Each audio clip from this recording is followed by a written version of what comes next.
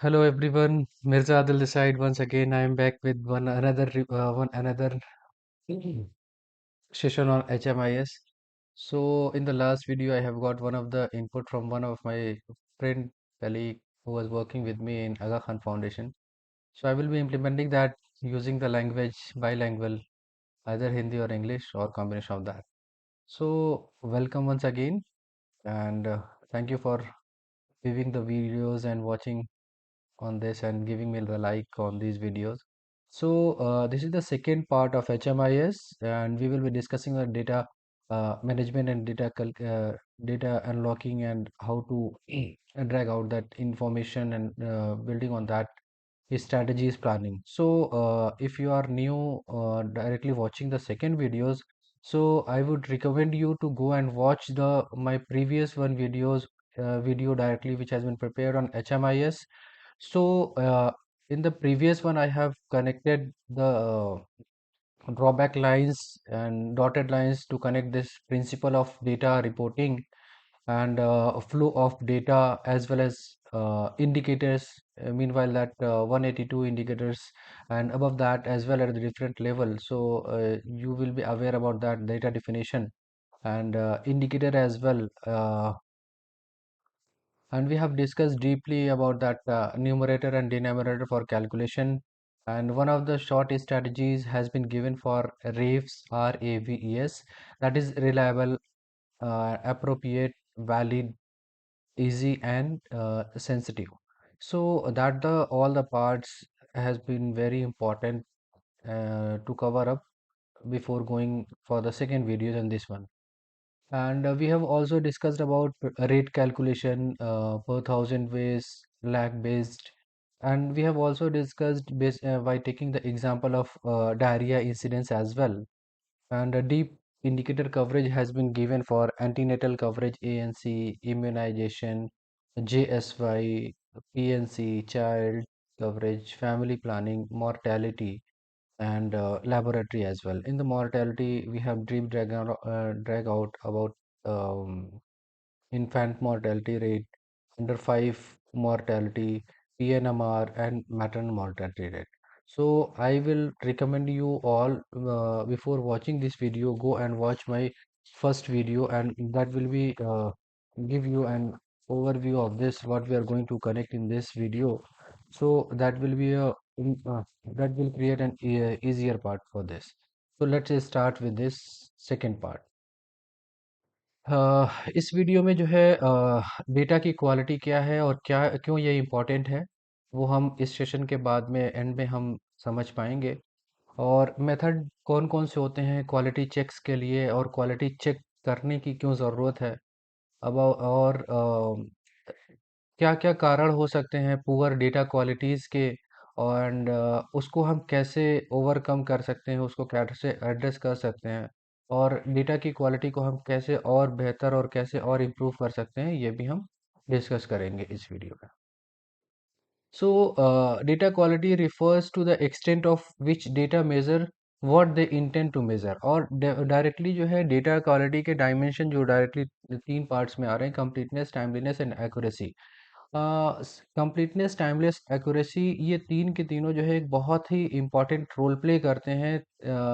Data की reliability को ensure करने में, और डेटा रिलेवेंट है या नहीं इसको चेक करने के लिए, और सुटेबिलिटी की भी उसमें ये हमारी मदद करता है। और इसको जो है एरर फ्री इंफॉर्मेशन के लिए, डेटा क्वालिटी जो है वो एरर फ्री इंफॉर्मेशन हो उसके लिए हमें इन तीनों चीज़ों का चेकआउट करना और कंप्लीटनेस, टाइमलीनेस एंड एक्यूरेसी का इसके अंदर होना बहुत ही इम्पोर्टेंट है। सो कंप्लीटलीनेस क्या होता है कि ऑल रिक्वायर्ड डेटा एलिमेंट्स, जब हम किसी एक चीज़ के अंदर में एक इंडिकेटर के अंदर में हम सारे रिक्वायर्ड एलिमेंट्स को हम प्रोवाइड जब करते हैं तो वो होती है हमारी कंप्लीटनेस। और जब डेटा कंप्लीटनेस होती है तब वही एक पार्ट होता है जो आपको किसी एक डिसीजन मेकिंग में आपको हेल्प आउट करता है। विदाउट, अगर इनकम्प्लीट इंफॉर्मेशन है तो हम डेटा के बेसिस पे डिसीजन ले पाना हमारे लिए एक बहुत ही मुश्किल होगा, और एनालिसिस करने में भी हमें इनकम्प्लीट एनालिसिस हो पाएगी। इसको एक एग्जांपल के साथ अगर हम समझते हैं कि लेट्स से कि एंटीनेटल कवरेज जो है, एएनसी चेकअप जो है, किसी एक बेस सीएचसी या फिर किसी एक सब सेंटर्स के अंदर में या फिर एक पीएचसी के अंदर में 1000 एएनसी हुई है। और as per prevalence of high risk pregnancy at least 8% of high risk pregnancy हमारी नोटिफाई होनी चाहिए थी। उसके बिहाफ पे हमारा 80 pregnant women has to be reported under the HRP. So might be up and down will be over there, but सिर्फ 80 गर्भवती महिलाओं का हाई रिस्क प्रेगनेंसी के अंडर में डाल करके रिपोर्ट कर देना is not a completeness of data. अब डेटा के अंदर, अब इसके अंदर में हाई रिस्क प्रेगनेंसी के अंदर में हमारे पास में वेरियस इंडिकेटर्स हैं किस बिहाफ में वो हाई रिस्क प्रेगनेंसी में आ रही है। अब शॉर्ट स्टेचर्ड वुमेन है, हाइट कम है, उसके बिहाफ पे अगर आपने एचआरपी में डाला है तो कितनी गर्भवती महिलाएं 80 में से कितनी शॉर्ट स्टेचर में आ रही हैं वो आपको बताना होगा। अब उसी के बिहाफ पे एनेमिक कितनी निकल करके आ रही हैं, जो कि हमारे पीएमएसएमए का जो एक दिन मनाया जाता है उसके अंदर में भी एक हमारा बहुत बड़ा रोल है कि ifs on the basis of guideline that iron sucrose का इंजेक्शन भी देना होगा। सो अगर वो एनेमिक निकल कर के आ रही है तो किस लेवल में आ रही है, अगर प्रोफिलैक्टिक देना है या फिर आयरन सुक्रोज देना है, वो एक नंबर आपको प्रोवाइड कराना होगा। एक वेट ग्रोथ चार्ट्स होता है, अगर वेट ग्रो नहीं हो रहा है ट्राइमेस्टर वाइज तो अगर उसके बिहाफ में आपके एचआरपी के अंदर में आ रही है तो वो एक पार्ट देना होगा। अगर ये पूरे 80 जो प्रेग्नेंट वुमेन को एचआरपी के अंदर में दिया है, अगर हम स्पेसिफिक डेटा हम दे पाएंगे कि प्रीवियस एलएचसीएस हुआ है या फिर शॉर्ट स्टेचर्ड है या फिर एनेमिक है या फिर ग्रोथ नहीं हो रही है, तो स्पेसिफिकली हम उस डोमेन में काम कर पाएंगे, जो कि डिसीजन मेकिंग हमारी यहीं से निकल पाएगी। अगर किसी एक ही गांव में वीएचएनडी के दौरान में अगर हमें एनेमिक मिल रही हैं तो उससे हमारा एक डिसीजन मेकिंग ये हो सकता है कि स्पेसिफिक उस गांव के आशा एएनएम और वीएचएनडी साइट्स के ऊपर में एक विजिट्स हो और स्पेसिफिकली हम ड्रैग आउट करें कि आखिर क्या कारण है कि यहाँ पे हाई रिस्क प्रेगनेंसी में स्पेसिफिक एनेमिक ज़्यादा निकल करके आ रही हैं। अब डिसीजन मेकिंग एनालिसिस तो आपने कर ली, इस विलेज में निकल करके आ रहा है, और आपने जब विजिट करी और वहाँ पे चेकआउट किया कि डिसीजन मेकिंग में ये निकल करके आ रहा है कि गर्भवती महिलाएं जो है हमारी वीएचएनडीज पे आ तो रही हैं और एएनएम ने जो आईएफए और कैल्शियम का प्रोफाइलैक्टिक डोज दिया था वो खा नहीं रही हैं। तो एक कन्वर्जेंस का पार्ट यहाँ पे निकल करके आया डिसीजन मेकिंग के बिहाफ में। अब मेडिकल ऑफिसर इंचार्ज या फिर जो भी हैं वो एक अथॉरिटी अपने वहाँ पे स्पेसिफिक इस काम के लिए हम लगा सकते हैं उस गांव के अंदर में, जिससे हाई रिस्क प्रेगनेंसी स्पेसिफिक इस डोमेन की कम हो पाए। तो इसलिए डेटा की कंप्लीटनेस होना बहुत ही ज़्यादा ज़रूरी है किसी भी डिसीजन की मेकिंग के लिए। दूसरी होती है टाइमलीनेस। टाइमलीनेस होती है कि रियल टाइम डिसीजन मेकिंग, और ये क्या है कि ये हमारे करेक्टनेस और प्रिसीजन ऑफ डेटा को रिफर करता है, जो कि जिससे हमें time free from error data जो है वो हो सकता है। फिर उसके बाद में ये टाइमलीनेस जो है क्लोजली जो है वो अलाइन करता है ट्रू वैल्यूज़ के साथ में। तो टाइमलीनेस का भी हमें बहुत ही ज़्यादा ध्यान रखना होगा कि जो टाइम साइकिल दी हुई है उसी दौरान में जो है हमारी रिपोर्ट हो रही हो। और स्पेसिफिकली अगर हम जेएसवाई की बात करें तो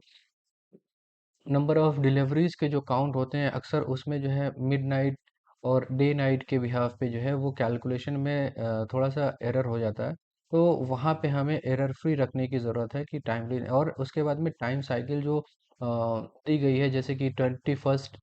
टू लेकर के 20th तक की अगर हम काउंट कर रहे हैं तो स्पेसिफिकली उसी डेटा को हम कवर आउट कर पाएँ, एक भी दिन मिस आउट ना हो। क्योंकि जब ईयर के एंड में आप जब डेटा को मंथ वाइज आप जब ट्रैक आउट करेंगे कि कहाँ पे हमारा कौन सा इंडिकेटर बढ़ रहा है घट रहा है, कहाँ पे क्या एरर आ रहा है, तो उसके लिए टाइमलीनेस का एक बहुत ही पार्ट इम्पॉर्टेंट है।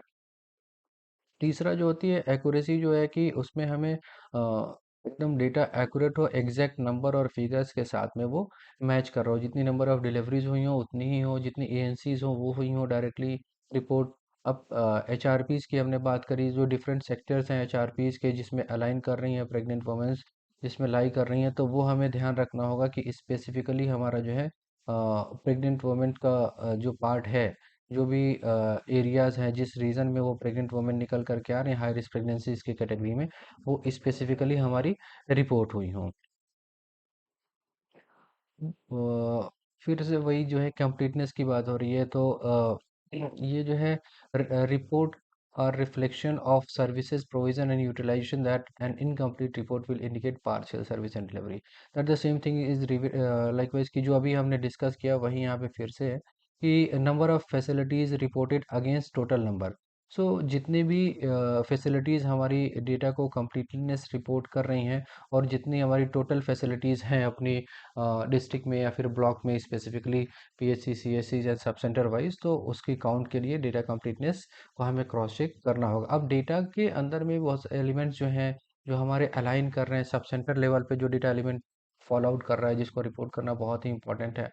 तो वो कंप्लीटनेस हो उसके अंदर में, कोई भी ब्लैंक सेल ना हो। अगर वहाँ पे डेटा है नहीं कुछ रिपोर्ट करने के लिए, तो एटलीस्ट वहाँ पे ज़ीरो का पार्ट हो। इसके अलावा जब सब सेंटर से आप ऊपर आएंगे तो पीएससीज के लेवल पे कुछ इंडिकेटर और बढ़ जाते हैं। फिर इसी तरीके से जब सीएससीज में आएंगे तो सीएससी के कुछ इंडिकेटर और बढ़ जाते हैं, पीएससी से और ऐड ऑन हो जाते हैं। इसी तरीके से district hospital and district women hospital indicator और बढ़ जाते हैं। तो वो डेटा की कंप्लीटलीनेस और डेटा की रिपोर्टिंग और रिकॉर्डिंग बहुत ही इंपॉर्टेंट होनी चाहिए। अब इसी तरीके से एक एग्जांपल हम ऐसे समझ लेते हैं कि पब्लिक प्राइवेट पार्टनरशिप के बिहाफ पे, sorry this is typo error from my side, this must be written triple P होना चाहिए, public private partnership, but it's typo error, it's written M. So अगर इंडिया के बिहाफ में अगर हम बात करेंगे तो टोटल हमारे हॉस्पिटल्स जो रजिस्टर्ड हैं ऑल ओवर इंडिया, सो फिगर्स ये रिप्रेजेंट कर रहा है 1,81,833। वहीं अगर उसके एस्पेक्ट में हम आएंगे, जो डेटा डेफिनेशन है हॉस्पिटल इंगेज विद अस, तो इंगेज उसे कहते हैं जो सिंगली एक एटलीस्ट साल में एक ही केस अगर उसने कोई भी ट्यूबरकुलोसिस का रिपोर्ट किया हो, तो रिपोर्टिंग हमारे पास में बहुत ही कम है। तो इट्स लाइक दिस कि अगर इंगेज्ड हमारे साथ में 1,81,000 के फिगर में आ रहा है और रिपोर्टिंग 39 के पास में ही आ रहा है, तो यहाँ पे कुछ हमें वर्कआउट करने की ज़रूरत है। माइट भी वहाँ पे रिपोर्टिंग का कुछ ना कुछ एरर है, वो रिपोर्ट नहीं हो पा रहे हैं या कर नहीं पा रहे हैं, या फिर टाइमलीनेस पे अगर रिपोर्ट नहीं भी आ रही है तो फिर वो उस साइकिल में कंसीडर नहीं होगा, इसलिए वो इस वाले सेल के अंदर में काउंट में नहीं आ रहा है। तो ये कंप्लीटनेस में हमें फोकस, ये मेजरली ये तीन ही पार्ट जो हैं वो डेटा की क्वालिटी को एश्योर कर दें, तो इसका हमें बहुत ही ज़्यादा ध्यान रखना होगा। अब कंप्लीटनेस के लिए एक असेसमेंट ऑफ डेटा कैसे कर सकते हैं, तो उसके लिए क्या है कि हमें बहुत ही ज़्यादा ध्यान रखना होगा कि कोई भी ज़ीरो सेल या कोई भी हमारा ब्लैंक सेल ना हो। एटलीस्ट अगर वहाँ पे कुछ डेटा रिपोर्ट करने के लिए नहीं है तो वहाँ पे एक ज़ीरो की वैल्यू हम पुट ऑन करें, जिसका अभी हम इफेक्ट चेक कर पाएंगे कि अगर वो ज़ीरो भी नहीं होता है तो फिर क्या इशू होता है। Sorry, let me mute my mobile. So अब इसमें क्या है कि अगर number of pregnant women register within the first trimester है, और उसको जो है अगर हम एक फिगर दे रहे हैं कि इतनी नंबर ऑफ प्रेग्नेंट वुमेन हमारे पास में आई हैं एएनसीज के लिए। अब इसमें क्या होता है, टीटी बूस्टर की डेफिनेशन मैंने फर्स्ट वाले वीडियो में कवर की है, तो एक बार आप उसमें देखेंगे कि टीटी टू और टीटी टू और स्पेसिफिकली टीटी बूस्टर के लिए एक डेफिनेशन है। अगर टीटी बूस्टर मोस्टली अगर नहीं दी गई है तो वहाँ पे ब्लैंक आपको नंबर नहीं डालना है, एटलीस्ट ज़ीरो डालना है, ताकि डेटा को एनालिसिस करते हुए कुछ एक जो है हम उसको कर सके, जिससे हम कुछ एक पॉजिटिव रिस्पांस पे आ सकें। क्योंकि अगर ज़ीरो होगा तो हम उससे ज़ीरो होगा तो उससे हम कुछ ना कुछ ड्रैग आउट कर सकते हैं, और अगर ब्लैंक होगा तो हम ये समझ मतलब डेटा एंट्री ऑपरेटर है वो तो डेटा वही एंटर करेगा जो आप देंगे, अगर ब्लैंक देंगे तो वो ब्लैंक डाल देगा। बट डेटा को किसी भी एक एनालिसिस के पॉइंट ऑफ व्यू से अगर देखने के लिए एटलीस्ट वहाँ पे एटलीस्ट ज़ीरो हो, वरना वो ब्लैंक सेल जो है वो काउंट डाउन में नहीं आता। सो एक एग्जांपल के साथ में हम डेटा कंप्लीटनेस को समझते हैं कि अगर एक साल के डेटा को अगर हम देख रहे हैं, जो साइकिल है अप्रैल टू मार्च का, तो अगर उसमें ब्लैंक सेल आ रहे हैं, तो डेटा जो है वो हमारा ब्लैंक सेल जो जो आ रहा है स्पेसिफिकली किसी एक सीएचसी या उसके लिए एग्जांपल में हम समझ रहे हैं, तो वो 37% के आसपास में आकर के अलाइन कर रहा है, 37 to 40%। बट अगर उसी डेटा की ब्लैंक सेल को अगर हम ज़ीरो से रिप्लेस कर दें, एटलीस्ट अगर वहाँ पे नहीं है कंफर्म करने के बाद अगर हम उसको रिप्लेस कर देते हैं, तो वो डेटा की कंप्लीटनेस 70 टू, लाइकवाइज एक रीजन है 67 to 70 के आसपास में पहुँच जाती है। तो ये वही चीज़ है कि निकल कर के आ रहा है कि एटलीस्ट जो है डेटा जो है वो हमारा इक्विवेलेंट फ्लो कर रहा है, बट अगर हम ज़ीरो सेल काउंट्स कर रहे हैं तो वो डेटा की एक्यूरेसी 36 37 से ऊपर चल के 67 to 70% के रीजन में पहुंच रही है। तो अब उसके बिहाफ में अगर हम एक लाइकवाइज एपिडेमोलॉजिकल जो मॉडल है हर चीज़ के पीछे वाई एंड वाई का रिस्पांस लगा पाना, तो उसमें अनअवेलेबिलिटी ऑफ सर्विसेज निकल करके आ रही है। Unavailability of service in these facilities, अगर वहाँ पे सर्विस अवेलेबल नहीं है तो इसलिए भी वो ब्लैंक कर देते हैं, तो वहाँ पे भी हमें ध्यान रखने की ज़रूरत है। रिकॉर्डिंग रजिस्टर्स के बिहाफ पे जो है डेटा अगर रिकॉर्डिंग रजिस्टर में नहीं है तो उसके बिहाफ पे भी वो ब्लैंक आउट छोड़ देते हैं, या फिर सिंपली जब हम डेटा को रिकॉर्ड पहले से ध्यान से नहीं कर पाते हैं और बहुत ही लिमिटेड टाइम ड्यूरेशन लेकर के अगर हम डेटा की रिपोर्टिंग कर रहे होते हैं, तो उसमें क्या होता है सिंपली या तो हम भूल जाते हैं या फिर इग्नोरेंस का लेवल आ जाता है वहाँ पे। तो इसलिए हमें इन चीज़ों का ध्यान रखना होगा कि या तो एक्यूरेट टाइम हो हमारे पास में, एग्जैक्ट टाइम हम लेकर के बैठ रहे हो, क्योंकि ये डेटा की रिपोर्टिंग जो है हमारे पूरे महीने के काम को या हमारे पूरे महीने के एग्जैक्ट वर्क फ्लो को, कि हमने क्या किया है कैसे किया है, वो सारी चीज़ों को वो रिफ्लेक्ट करता है। वही हमारे अगले साल आने वाली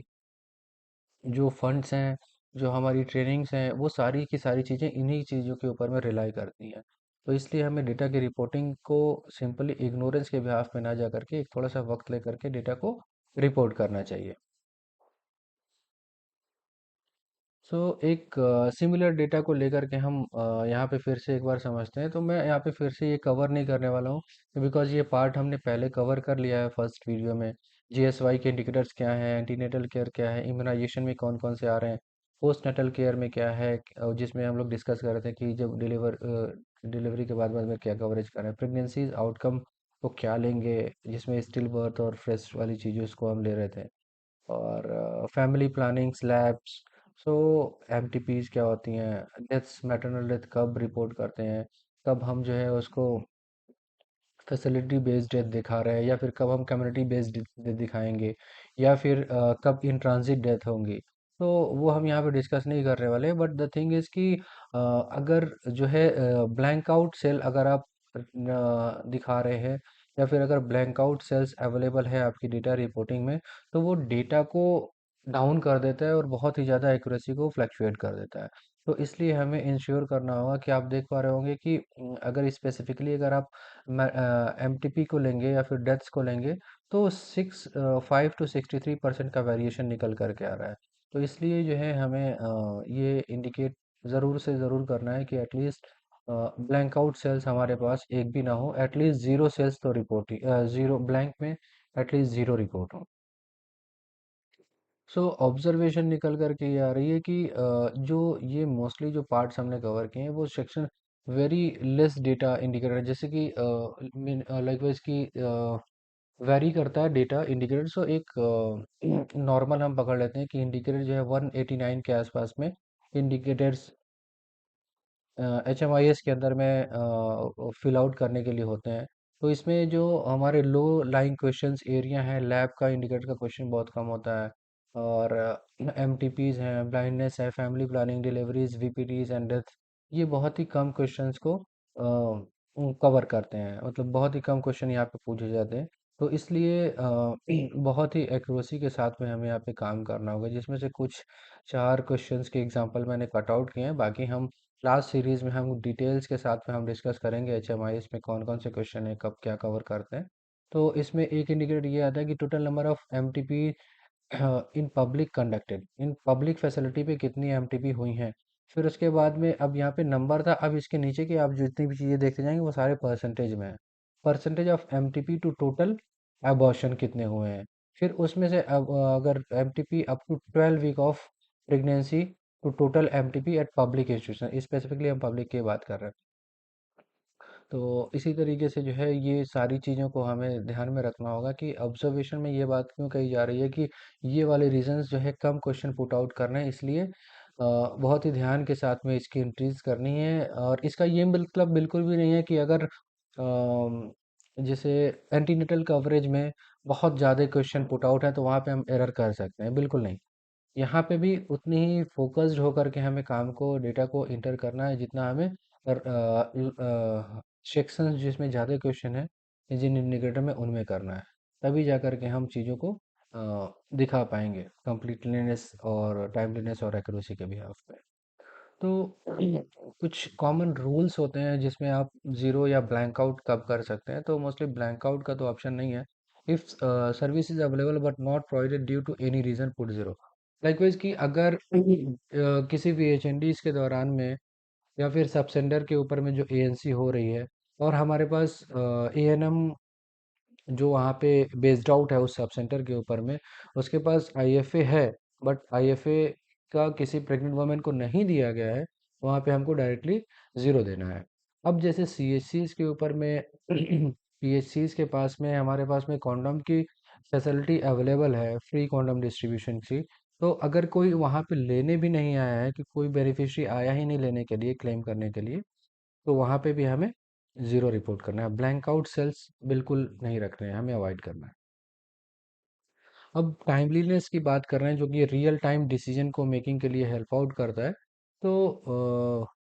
ये एक बहुत ही इंपॉर्टेंट पार्ट है डेटा क्वालिटी का, जैसा कि हम लोगों ने फर्स्ट स्लाइड में डिस्कस किया हुआ है। और डिसीजन मेकिंग में हेल्प आउट करता है, और इसके साथ में जो है कि रियल टाइम डेटास के ऊपर में भी सपोर्ट आउट करता है, कि अगर कुछ भी फ्लैक्चुएशन लास्ट मंथ से कंपेयर करेंगे जब आप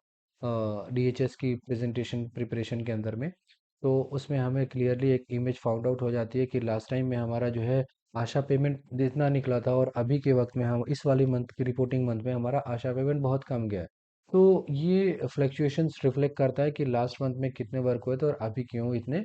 कम हुए, तो वो जस्टिफिकेशन के बिहाफ पे हम उसको एक लेवल मेंटेन आउट कर सकते हैं, कि जब सारी चीज़ें फ्लो में चलती है तो फिर काम बेहतर होता है। सो अब इसकी टाइमलीनेस की अगर हम बात करें, तो सब सेंटर्स जो रिपोर्ट करते हैं हमारे पीएचसीज के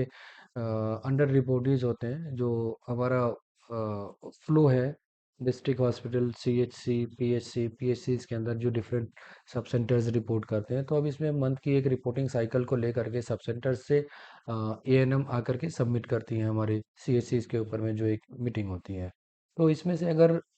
एक एग्जांपल लेके हम ऐसे समझ रहे हैं कि 10 सब सेंटर है जिसमें से 5 ने सबमिट ही नहीं किया ऑन टाइम में, तो टाइमलीनेस की तो कोई बात ही नहीं है। फिर उसके बाद में हम रियल टाइम डेटा और रियल टाइम एनालिसिस की हम डिस्कशन नहीं कर पाएंगे। तो ये टाइमलीनेस को मेंटेन करना होगा, और इसके साथ साथ इसके ऊपर जो हम लोगों ने डिस्कस किया है कंप्लीटनेस, उसको भी ध्यान में रखना होगा। इसी के साथ हम चलते हैं एक्यूरेसी। एक्यूरेसी क्या होता है कि वो डायरेक्टली अभी जो हमने डिस्कस किया वो ट्रू वैल्यूज़ के साथ में अलाइन करती है। तो एक्यूरेसी क्या है कि रेफर करती है correctness of data collected in term of actual number of service provided और हेल्थ इवेंट ऑर्गेनाइज। लाइकवाइज की जो वीएचएनडीज हुई हैं वो हेल्थ इवेंट ऑर्गेनाइज्ड है, और जो सर्विस प्रोवाइड की गई वो सब सेंटर पीएचसी सीएचसी पे जो डायरेक्टली सब सेंटर जो फैसिलिटीज़ अवेलेबल होती हैं उसके बिहाफ में वो काउंट है। इनएक्यूरेट डेटा जो है वो कंक्लूजन सही नहीं देता है, एनालिसिस और इंटरप्रिटेशन हम उसकी फाइनल इंटरप्रिटेशन हम सही नहीं निकाल पाते हैं। Small error at facility level will cumulate into bigger mistake. Like कि अगर जैसे अभी इससे पहले वाले में एग्जांपल हमने लिया कि 10 सब सेंटर हैं, और मान लीजिए 2 पीएचसीज हैं, एक सीएचसीज रिपोर्ट हो रही है, तो 10 दो 12 एक 13 तो हमारी यहीं पे होगा। अगर 13 पे भी अगर हम दो दो तीन तीन एरर ले लें, तो 13 into 3 आप कर लीजिए, तो इतना नंबर ऑफ क्यूमुलेटिव होते होते वो बिगर मिस्टेक होती है। तो इसलिए हमें इन मिस्टेक्स को अवॉइड करने के लिए बहुत ही इंपॉर्टेंट पार्ट है सीटीए को इम्प्रूव करना, लाइक इस कंप्लीटनेस और टाइमलीनेस और एक्यूरेसी को। अब पोस्ट डेटा एक्यूरेसी में क्यों इश्यूज आते हैं, इसके बिहाफ में ये चार चीज़ें हो सकती हैं। तो इसमें क्या है कि सबसे पहला है ambiguity among data element. Likewise कि अगर डेटा एलिमेंट जो है वो हमें एक हमारे बीच में जो है एक सब सेंटर वाले को दूसरे सब सेंटर वाले को अलग अलग समझ है, तो वो डिफर करेगी। मतलब एक सेम प्लेटफॉर्म पे होना बहुत ही ज़रूरी है। मतलब रिसेंट का एक example we have faced at our own level that कि एक डायरेक्टली एक इंडिकेटर है कम्युनिटी बेस्ड को लेकर के, उसमें success rate, cure rate and death rate को रिपोर्ट करना था। So one of my colleague has reported something else, और मेरे हिसाब से वहाँ पे कुछ और आना चाहिए था। तो हमें और आप मतलब हमें और हमारे कलीग्स को या फिर जितने भी लोग हैं जो इस स्पेसिफिकली इस पे काम कर रहे हैं, तो डेटा डेफिनेशन और डेटा एलिमेंट जब एग्जैक्ट होगी, तब वो जा करके हम एग्जैक्ट चीज़ों को हम रिपोर्ट कर पाएंगे, वरना फिर वो डिफरेंट डिफरेंट आएगी। अगर डेटा की समझ नहीं होगी सही से तो वो डिफरेंट ही डिफरेंट आएगी। अभी आगे हम एग्जांपल लेके हम इसे समझेंगे। डेटा एंट्री एरर्स भी होते हैं, वो जो कि डेटा एंट्री ऑपरेटर के एंड से भी हो सकते हैं, या फिर सब सेंटर से जो साइट से रिपोर्ट हो रहा है वहाँ से भी हो सकते हैं। वो भी हम अभी आगे चल के समझेंगे। सिस्टमेटिक एरर्स भी हैं। डिसऑनेस्टी इन रिपोर्टिंग भी एक बहुत ही बड़ा मेन रोल प्ले करेगा, जिसको अभी आगे हम फिर से एक एग्जांपल के साथ में समझेंगे।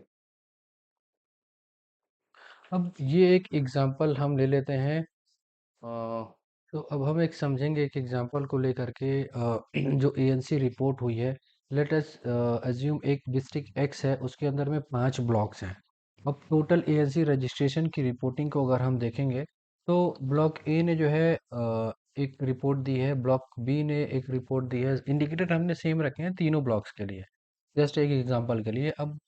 डिफरेंस आपको क्लियरली यहाँ पे नज़र आ रहा होगा। अब अगर हम देखेंगे कि ब्लॉक ए एंड बी जो है, यहाँ पे हमें कोई एरर जो है, नो प्रॉब्लम फाउंड हो रहा है, कोई भी हमें एरर दिख नहीं पा रहा है। तो डायरेक्टली एक विजुअल बेसिस पे अगर हम ब्लॉक सी की बात करेंगे, तो टोटल एएनसी रजिस्टर्ड है 2359। वाइल अगर उसी के अदर फेज में अगर आप देखेंगे, 100 IFA टैबलेट्स गिवन, तो 235 999 क्लियरली शो आउट कर रहा है कि 9 जो है वो रॉन्गली इंटर्ड है। और यहाँ पे एक एग्जैक्ट यहाँ पे दिख रहा है कि हमें एक शोज दैट की टाइपो एरर मिस्टेक क्लियरली एक विजुअल हो पा रहा है। अब इसी तरीके से अगर ब्लॉक डी में अगर हम देखेंगे, तो नंबर ऑफ टैबलेट गिवन जो है, 100 IFA टैबलेट गिवन है, वो एक बहुत ही बड़ा हाई फिगर है, rather than total number of ANC registration over in the block. So उसी के बिहाफ पे इनके परसेंटेज को भी, कवरेज रेट भी इंक्रीज आउट हो रहा है। अब ब्लॉक ई अगर हम चेकआउट करें, तो ब्लॉक ई में हमें क्या है, एंटी ग्रोइंग का एक डायरेक्टली एक स्टेटस दिख के आ रहा है कि टोटल एएनसी रजिस्टर्ड 991 है। बट अगर फिगर हम देखें तो एक फिगर निकल करके ये आ रहा है 784953। तो यहाँ पे एक रीज़न ये भी हो सकता है कि जो हमें बफर स्टॉक की हम बात कर रहे हैं, अगर वो बफर स्टॉक मेंटेन नहीं रहा होगा और लास्ट मंथ में जो है आईएफए का डिस्ट्रीब्यूशन नहीं हुआ होगा, तो उसको क्या नाम है, कवर आउट करने के लिए, क्लैरिफाइंग दैट बैकलॉग को क्लैरिफाई करने के लिए, यहाँ पे एक वो भी एक रोल प्ले किया गया होगा, वो भी डिस्ट्रीब्यूशन ऐड ऑन हुआ होगा। सो इसी के बिहाफ पे अगर डेटा एंट्री एरर्स की बात कर लें, तो wrong number entered in computer like wise की वाइल डेटा एंटरिंग, तो उसमें अगर टाइपिंग एरर हो गया हो, रॉन्ग बॉक्स एंट्री, अगर ANC registered registration, total number of ANC registration के साथ ही जो है, जो हमारा एक इंडिकेटर ब्रेकेज है उसके अंदर सब इंडिकेटर जो हम ट्रैक आउट करते हैं, तो उसी के नीचे जो है, अगर उसके total number of ANC registration के फिगर को अगर हम रजिस्ट्रेशन इन फर्स्ट टाइमेस्टर डाल दें, या फिर नंबर ऑफ टीटी रिसीव में डाल दें, या फिर number of TT booster receive में डाल दें, तो वो डेटा जो है कम्प्लीटली रॉन्ग हो जाएगा। तो इसलिए जो है एक्टिवनेस हमें बहुत ज़्यादा ज़रूरी है, कंप्लीटलीनेस और एक्यूरेसी को मेंटेन करने के लिए। कैलकुलेटिंग एरर जो है, during data entry basic computation happen in formula and incorrect that error can happen. So जब आप ब्लॉक से सीएचसी से जब रिपोर्ट्स, पीएच सब सेंटर और पीएचसी से जब ब्लॉक रिपोर्ट आ रही होती है हमारे ब्लॉक में, तो ऑलमोस्ट वो उसके बिहाफ पे एक मीटिंग होती है। फिर जब फाइनली जब हम सारे ब्लॉक का सारे सब सेंटर्स और यूनिट्स के हम मिला करके कंपाइल करते हैं अपने स्पेसिफिक अपने ब्लॉक सीएससीज के लिए जो रिपोर्ट होगी, तो उसमें हम ऐड ऑन मर्ज और ऐड ऑन्स के लिए जो है हम एक डायरेक्टली एक इंटरशीट कनेक्टेड फार्मूला लगी होती हैं। तो उसमें क्या होता है, कभी कभी फार्मूला मिस्टेक हो जाती हैं, जिससे टोटल कम हो जाता है, अप एंड डाउन हो जाता है, तो वो एक कैलकुलेशन एरर ऑटोमेटिक जो गूगल शीट्स के अंदर में जो लगी होती है, तो वहाँ से एक एरर निकल करके आता है। अब एक जो है विजुअल स्कैनिंग की बात करें अगर हम, कि एक रिपोर्ट या फिर एक चार्ट या फिर एक टेबल देखने के बाद जो एक डायरेक्टली निकल कर के आ रहा है, तो क्या एक इशू हो सकता है। तो अगर हम देखेंगे कि टोटल एएनसी रजिस्ट्रेशन के साथ साथ अर्ली एएनसी रजिस्ट्रेशन, जो हम 12th वीक की बात करते हैं, उसी तरीके से एएनसी थर्ड विजिट्स और TT1 TT बूस्टर और 100 IFA गिवन, एएनसी लाइकवाइज की मॉडरेट एनीमिक में जो लाई डाउन कर रहे हैं, और हाइपरटेंशन के जो न्यू केस निकल करके आ रहे हैं, जो कि एक बहुत ही इम्पोर्टेंट रोल है जिससे हम आइडेंटिफाई कर पाएँ उस महिला को बचाने के लिए प्री एक्लेम्पसिया और एक्लेम्पसिया में ना वो जा पाए, उसको उसके लिए एक बहुत इंपॉर्टेंट रोल होता है हाइपरटेंशन। तो यहाँ पे क्लियरली देखने के बाद एक चीज़ निकल कर के आ पा रहा होगा, जब एएनसी आपकी 267 हो रही है और उसमें से भी अर्ली एएनसी आपकी 95 निकल कर के आ रही है, मान लेते हैं टोटल जो है 265 267, तो उसके बिहाफ पे एएनसी रजिस्टर्ड हाइपरटेंशन के जो न्यू केस निकल कर के आ रहे हैं 4711 हो ही नहीं सकता है। माइट भी यहाँ पे जो है 47 का फिगर आ सकता है, 471 भी नहीं आ सकता है, क्योंकि 267 ही आपके टोटल एएनसी रजिस्ट्रेशन है। तो यहाँ पे एक जो है विजुअल स्कैनिंग, एक डेटा को देखते ही, एक सीरीज को देखते ही आपको नज़र से पकड़ गई चीज़ें। तो वो एक विजुअल कंप्लीट डेटा करने के बाद में आपको एक बार रनिंग आइज और उसके साथ में देखना होगा कि क्या ये चीज़ें सही है नहीं। तो विजुअली आप इन सारी चीज़ों को एक्टिवनेस के साथ में हम पकड़ सकते हैं जो डेटा एरर है, ताकि हम वक्त के साथ ही इसको करेक्ट कर लें। और इसके साथ में कुछ जो होते हैं परफॉर्मेंस वैलिडेशन चेक्स लगे हुए हैं, जो कि वैलिडेशन चेक्स मतलब कुछ आपको इन्फॉर्मेशन पुट ऑन कर देता है, कुछ चीज़ों को निकाल करके ये दे देता है वैलिडेशन चेक, कि ये वाला पार्ट आपको फिर से देखने की ज़रूरत है कि ये ज़्यादा है या कम है या सही है। तो ये कुछ इंडिकेटर्स के ऊपर में वैलिडेशन चेक्स लगे हुए हैं, वो भी हम लोग डिस्कस करेंगे। तो वैलिडेशन चेक मोस्टली क्या होता है कि हम कंपेयर करके दो उसके साथ में कर रहे होते हैं। तो अब यहाँ पे अर्ली एएनसी रजिस्ट्रेशन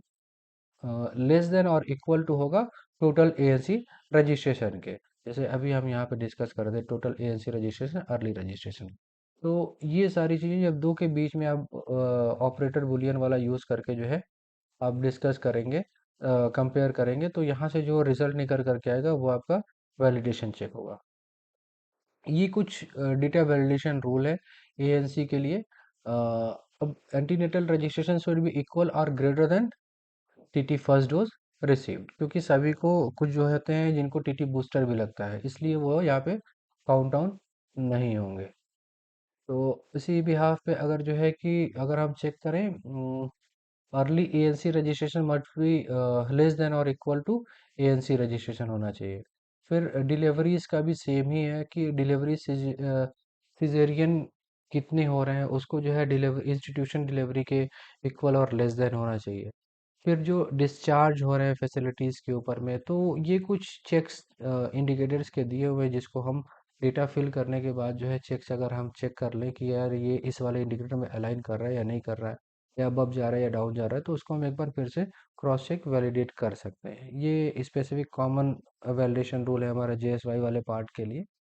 और फिर न्यूबॉर्न के लिए है कि जो वेट हुआ है टोटल लाइव बर्थ के एस्पेक्ट्स में हम उसको कंपेयर करते हैं। न्यूबॉर्न वेट जो 2.5 केजीज के एस्पेक्ट में हम जो चेकआउट करते हैं कि जो टोटल बच्चे वे किए गए, जिससे हम डेफिनेशन एक देते हैं लो बर्थ वेट बेबी का, तो वो एक यहाँ से चेक करना होगा। तो हम क्या डेटा वैलिडेशन चेक हमेशा एरर फ्री होते हैं? तो ऐसा नहीं है कि मतलब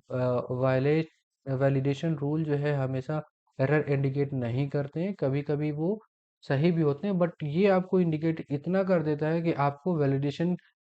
एक बार चेक करना चाहिए, और अगर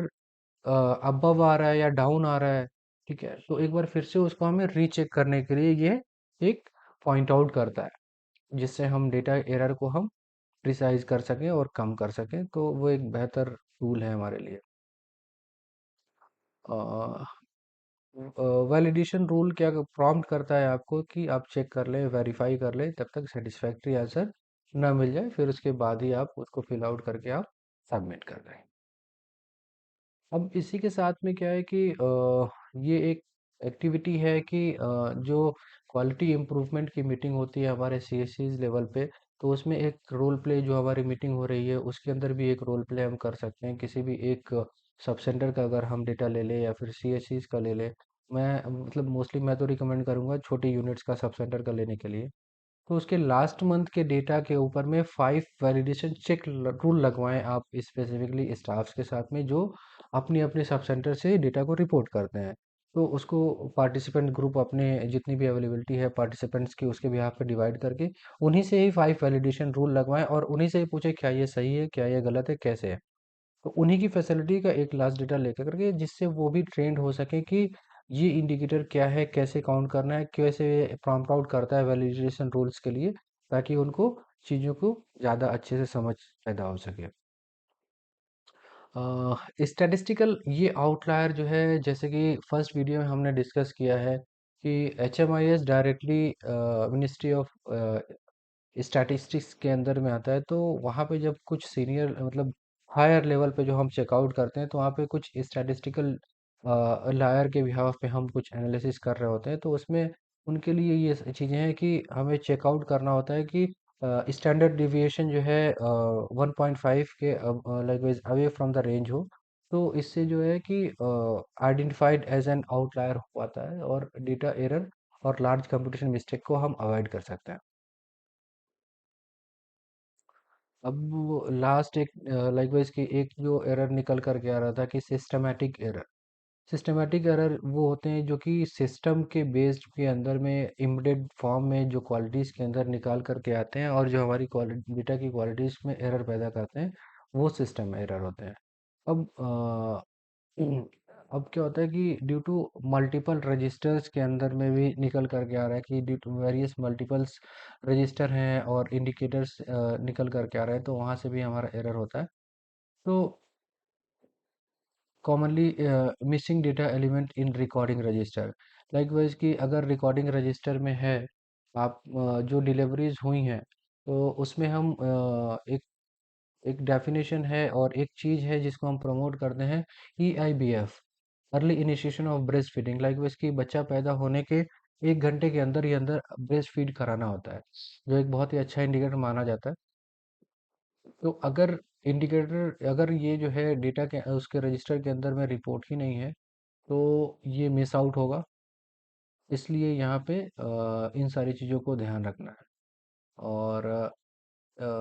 मिडनाइट हेड काउंट की बात करते हैं तो मिडनाइट हेड काउंट में भी एरर निकल करके आ जाता है कि वो लाइक वाइज की काउंट के अंदर में एरर आ रहा है कि किस डेफिनेशन के हिसाब से हम हेड काउंट्स को ले रहे हैं। इंट्रा यूटेराइन डिवाइस रिमूवल्स के रिगार्डिंग भी है कि डिवाइस रिमूवल के लिए तो आते हैं और डिवाइस रिमूवल होके भी जाते हैं, बट इतना फ्रीक्वेंट इस वाली रजिस्टर्स को हम मतलब इतना फ्रीक्वेंटली आईओडी रिमूवल होता नहीं है, इसलिए उस वाले रजिस्टर में स्पेसिफिकली इंटर नहीं हो पाता, एंट्री नहीं हो पाती है। इसलिए ये यहाँ पे एक एरर निकल करके आ जाता है। इसलिए इन सारी चीज़ों को जो है ध्यान में रखते हुए एरर्स को हमें कम करना है और रिपोर्टिंग को सही करना है। अब सॉल्यूशंस इसके लिए स्पेसिफिक ये है कि एक कॉम्पैक्ट रजिस्टर जिसमें वो स्पेसिफिक इंडिकेटर्स हों जो कि फील्ड्स के दौरान में जब एएनएम आ रही है तो उसको हम कवर करें, और रिलेवेंट डेटा जो है वो हम एक कॉमन रजिस्टर्स के अंदर में हम ले रहे हों, और जिसमें ANC PNC immunisation family planning OPD ये सारे काम सारे इंडिकेटर्स आ रहे हों। फिर उसके बाद में फैसिलिटीज़ के ऊपर में जैसे ही लौटे वो उस सारी चीज़ों को स्पेसिफिक रजिस्टर्स के अंदर में एंट्री सेम डेज में कर ले, ताकि वो बेहतर तरीके से उन डेटा की रिकॉर्डिंग ऑन टाइम हो पाए, ताकि मंथ के एंड में हमें ये सारी चीज़ें मतलब याद ही नहीं रहेंगी कि कहाँ कहाँ पे हमने क्या क्या लिखा हुआ था। और उसके साथ साथ एक क्या होता है कि विजिट्स के दौरान एक छोटा सा पेपर ले लिया या फिर एक डायरी रख ली है जिसमें डेट वाइज नहीं है, तो हमें तो याद नहीं होगा ना किस डेट में हमने कहाँ पे विजिट किए पूरे 1 महीने में। सो इसलिए जो है डिस्करेज किया जाता है कि रफ रजिस्टर्स को ना यूज़ करें। डायरेक्टली जो है आप अपने रजिस्टर्स के ही अंदर एंट्री करें। जैसे स्पेसिफिक आशाज की बात करें तो आशा जो एच बी एन सी कर रही है, एच बी एन सी जो उसका एक फॉर्मेट है, उस फॉर्मेट की एंट्री सेम फॉर्मेट पे सेम डे में सेम प्लेस पे होनी चाहिए। बट कुछ आशा मतलब ड्यूरिंग फील्ड विजिट हम लोगों ने भी यही पाया कि कुशीनगर के विजिट्स के दौरान में तो ये निकल कर के आता है कि या तो उन्होंने एक पेपर पे लिख लिया है, या तो उन्होंने अपने एक डायरी के ऊपर में लिख लिया है कि हाँ हाँ हम घर जा करके इसको रजिस्टर में अपडेट कर लेंगे, या फिर जो फॉर्मेट है उस पर हम अपडेट करके हम बीसीपीएम को सबमिट कर देंगे। तो उसमें क्या होता है कि कुछ चीज़ों को सेम टाइम में हम फिल नहीं कर पाते हैं, क्योंकि रजिस्टर जो है उसमें या फॉर्म जो है उसमें प्रॉपर इंडिकेटर्स होते हैं। और आप अगर छोटी सी पेपर्स पे लिख रहे हैं तो वो इम्पोर्टेंट जो 5 से 7 इंडिकेटर्स हैं वही आप कवर कर पाएंगे, बाकी सारी आप नहीं कवर कर पाएंगे। इसलिए फेयर वर्क करें, फील्ड पे ही करें, इन सारी चीज़ों को कवर करेंगे तभी जा करके हमारी डेटा की एक्यूरेसी निकल के आ पाएगी। अब miss interpretation of data elements क्या होता है? अब लाइकवाइज यहाँ पे डिस्ट्रिक्ट ए डिस्ट्रिक्ट बी ली गई है, तो अब सेम ही इंडिकेटर को अगर हम गलत तरीके से अगर हम मतलब अगर डेटा की इंडिकेटर की और उसके स्पेसिफिक इंडिकेटर या इसके स्पेसिफिक एलिमेंट की अगर समझ नहीं है, मैं हूँ मेरा एक कलीग है, अगर हम number of pregnant women given 100 IFA tablets को कैसे काउंट कर रहे हैं, तो अब मैं किसी और फॉर्म में काउंट कर रहा हूँ, प्रेग्नेंट वुमेन किसे में काउंट कर रहा हूँ, और उसने किस डेफिनेशंस के बिहाफ में काउंट करके रिपोर्ट किया है, तो वो अगर सेम अगर हम प्लेटफॉर्म पे नहीं होंगे तो हमेशा डेटा में वेरिएशन आएगा। तो इसलिए चीज़ों को उनके लोकल लैंग्वेज में चीज़ों को समझना और समझाना एक बहुत ही इंपॉर्टेंट रोल प्ले करता है, तभी जा करके एक्यूरेसी निकल के आ पाएगी।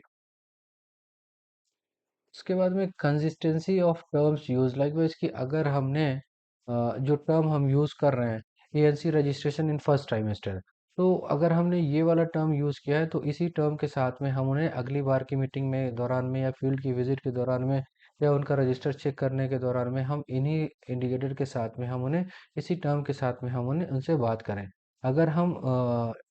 इंडिकेटर्स को बार बार हम चेंज करेंगे, जो टर्म हम यूज़ कर रहे हैं अगर उसको हम चेंज करेंगे, तो उसमें भी क्या होगी कि उनकी डेटा की समझ जो इंडिकेटर की समझ है वो उन सारी चीज़ों को फ्लक्चुएट करेंगे। तो इसलिए जो है हमें इसको भी बहुत ही सतर्कता से के साथ में जो है सेम ही टर्म्स को बार बार यूज़ करना है। और जो कि अभी पहले भी बात हो चुकी है, ब्लैंक जो है data element either gets report as blank और जीरो जो हो रहे हैं, तो उसको हमें जो है ध्यान से बात करके उन सारी चीज़ों को भी रिमूव आउट करा करके उनको ज़ीरो के ही टर्म में एंट्री करानी है।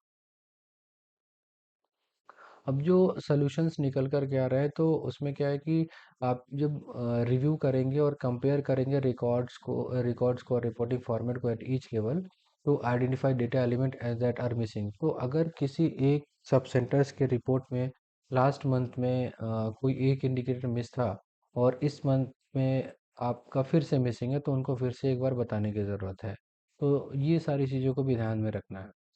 List data element that are duplicated in two or more of her reporting register, like वो इसकी बर्थ और डेट्स के जो डिफरेंट टाइप ऑफ रजिस्टर्स में कुछ एक ही कॉमन इंडिकेटर होते हैं, अगर वहाँ से कुछ अलग अलग रिपोर्ट्स निकल करके आ रही है तो वो उसकी डुप्लीकेसी को चेकआउट करना होगा, जाकि सारी चीज़ों को सही से वो कर पाएँ। तो उसके साथ में क्या है कि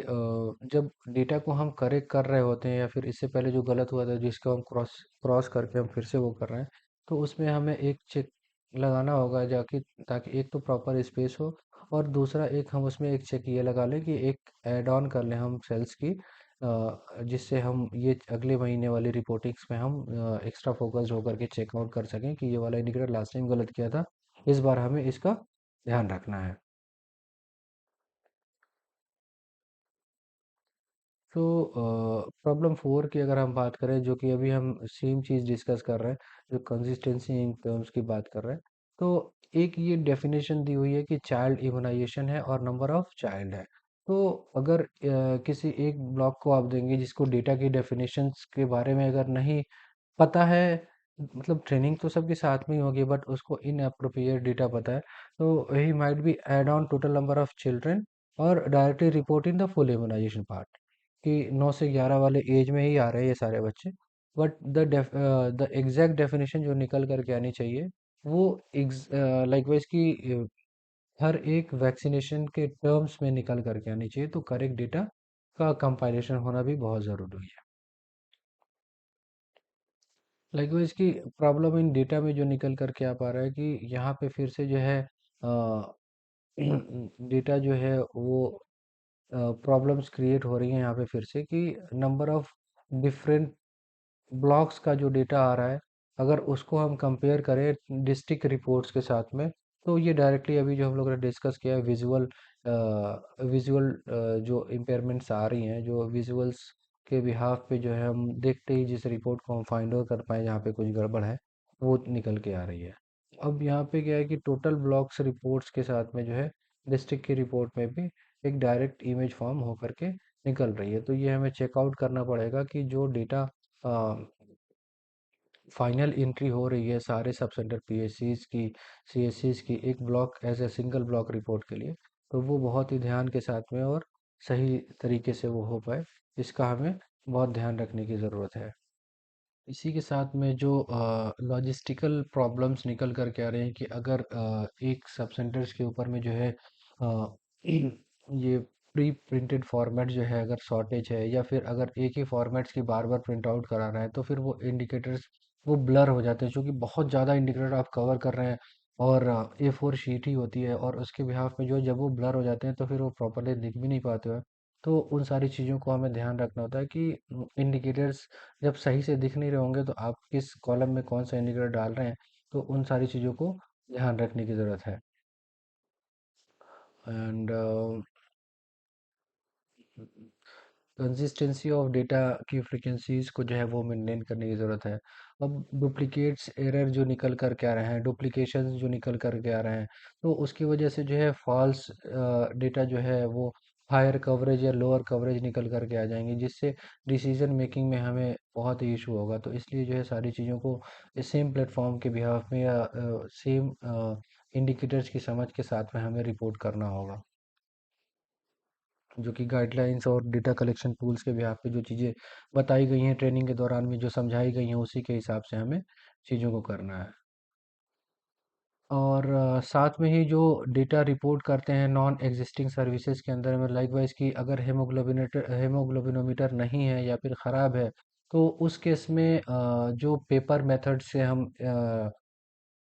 हेमोग्लोबिन एस्टिमेशंस को करते हैं, तो मोस्टली क्या होता है कि क्लियरली हम उसको जो हम